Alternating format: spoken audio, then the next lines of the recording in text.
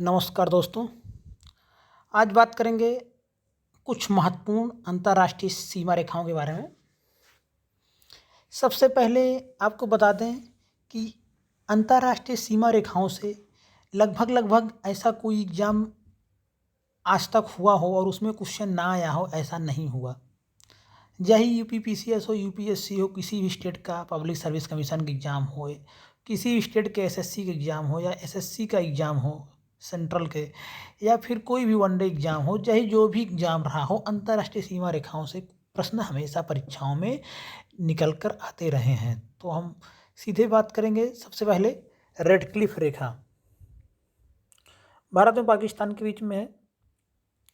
Sir Cyril Radcliffe ने इस रेखा को डिसाइड किया था कि भारत और पाकिस्तान के बीच, इसलिए भारत और पाकिस्तान के बीच की जो रेखा है उसी को बोलते हैं रेडक्लिफ रेखा, जो कि पूर्वी पाकिस्तान और पश्चिमी पाकिस्तान दोनों के लिए थी। तो पूर्वी पाकिस्तान आज बांग्लादेश बन गया है। तो हम कह सकते हैं, अगर कभी क्वेश्चन आ भी जाए, मान लीजिए कि भारत और बांग्लादेश के बीच, तो उसके बीच भी जो होगी वो यही रेडक्लिफ लाइन होगी, इंडिया बांग्लादेश के बीच।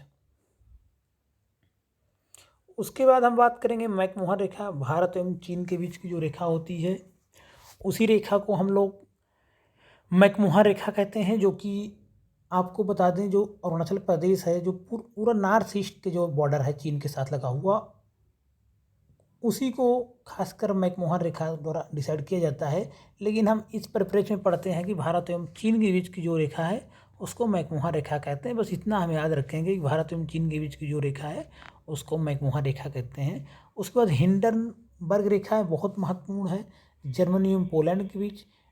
मैनीनॉट रेखा है, मैनीनॉट रेखा है जर्मनी एवं फ्रांस के बीच। मेनर हिम रेखा है, रूस एवं फिनलैंड के बीच में।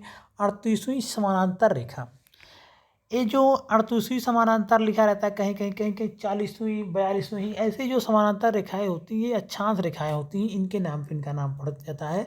तो जो 38वीं समानांतर रेखा है वो उत्तरी कोरिया एवं दक्षिणी कोरिया के बीच में है। यहीं से 38 डिग्री अक्षांश रेखा भी जाती है, उत्तरी अक्षांश रेखा।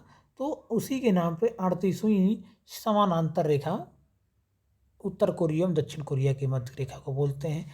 44वीं, अगर हम 44 डिग्री अक्षांश पे उत्तर की तरफ जाएंगे तो वहाँ से यूएसए खत्म हो जाता है, कनाडा शुरू हो जाता है। इसीलिए 44वीं समांतर रेखा को यूएसए एवं कनाडा के बीच की रेखा मानते हैं। और डूरंड रेखा बहुत महत्वपूर्ण है, पाकिस्तान एवं अफगानिस्तान के बीच में। पहले ये रेखा भारत और अफगानिस्तान के बीच की थी।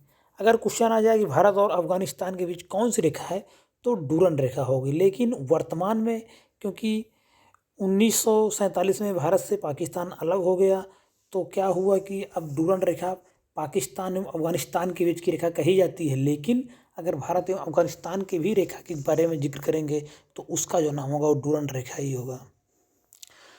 तो ये सब चीज़ें हैं, इसमें कोई भी ऐसी रेखा नहीं जिसको कह सकते हैं बहुत महत्वपूर्ण है। सारे के सारे जो इसमें पॉइंट दिए गए सब बहुत बहुत महत्वपूर्ण है। इसलिए किसी भी एग्जाम जाने से पहले यहाँ से आप रिवीजन करके ज़रूर जाएं। आपसे अनुरोध है, अगर वीडियो आपका काम के लगे तो चैनल को शेयर करें, सब्सक्राइब करें। धन्यवाद।